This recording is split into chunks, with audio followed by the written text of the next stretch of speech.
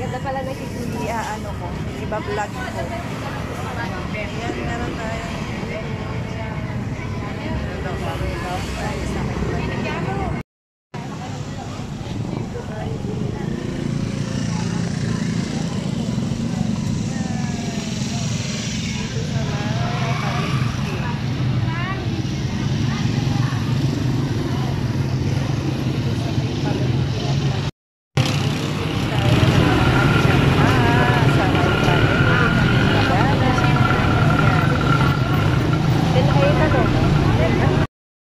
Ayan ang ating talbos ng kamote.